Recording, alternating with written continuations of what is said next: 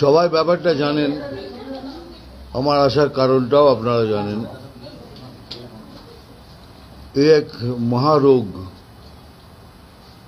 বাঁচাতে গেলে খুব অনেক হৃদয়বান ব্যক্তিও যদি চান, একা হয়তো কিছুই করতে পারবেন না।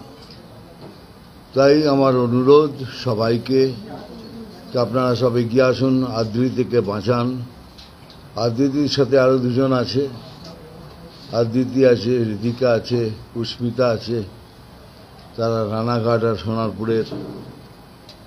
তাদের একসাথে মিলে কি বলবো, নিজেই ভাষা খুঁজে পাচ্ছি না। তাই দয়া করে সবাইকে অনুরোধ করছি, আমরা তো রইলাম, আপনারাও সবাই মিলে আসুন, এগিয়ে আসুন। এই ছোট্ট ফুলের মতো মেয়েটাকে যদি পারেন তো আমরা সবাই মিলে বাঁচাতে পারি।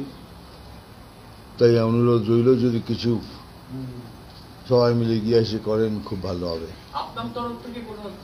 আমরা তো রইলামই। দেখুন, আমি ঘুরে এসে 1 লাখ টাকা দিয়ে দিলাম আর থ্যাংক ইউ বলে চলে গেলাম, সেই কাজ করব না বলেই এসছি। সেটাকে পালিয়ে যাওয়া বলে, এলাম, দিলাম, চলে গেলাম। কিন্তু সেটা করব না বলেই এখানে এসছি সবাইকে অনুরোধ করতে, কে সবাই মিলে আসুন, সবাই মিলে করি। একটু একটু করে করলেও হয়ে যাবে, কিন্তু দয়া করে সবাই মিলে আসুন, এগিয়ে আসুন, মেয়েটাকে বাঁচান। নমস্কার, আমি সীমা মণ্ডল। আমার বলতেও আমার হাত পা কাঁপছে। আমার পাশে যিনি বসে আছেন, আমার ঈশ্বরের দূত হয়ে উনি এসেছেন।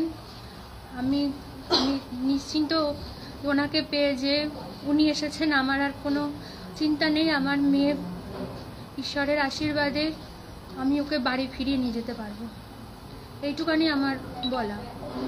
উনি আমাকে আশীর্বাদ করুন, আর সমস্ত ভারতবাসীর কাছেও আমি আশীর্বাদ চাইছি, যাতে আমি আমার আদৃতিকে আমি ফিরিয়ে নিয়ে যেতে পারি সুস্থ করে বাড়িতে, এইটুখানি আমার বলা। क्योंकि ऐसी बीमारी है कि मैं भी सुन के चौंक गया हूं।